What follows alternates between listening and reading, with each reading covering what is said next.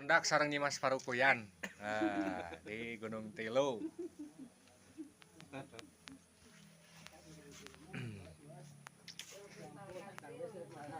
Ya Pak Haji,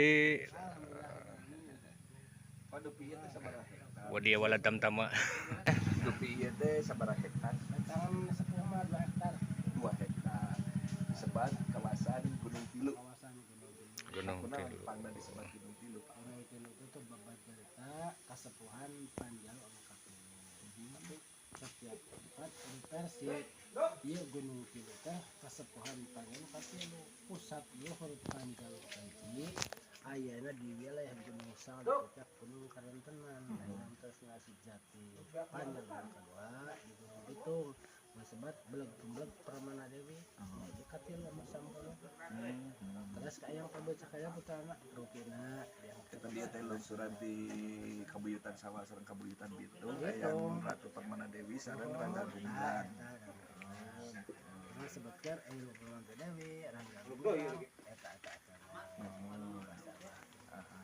Mau aya dua versi, aya soal panjang mah cenah panjang teh Gunung Bitung. Bapak mah tetep ada sesepuh teh pusat kahiji mah Gunung Karantenan.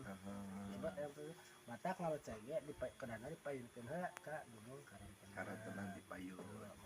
Upami nu disebat yang lembus 10 leluhur teh ieu. Iya leluhur ieu.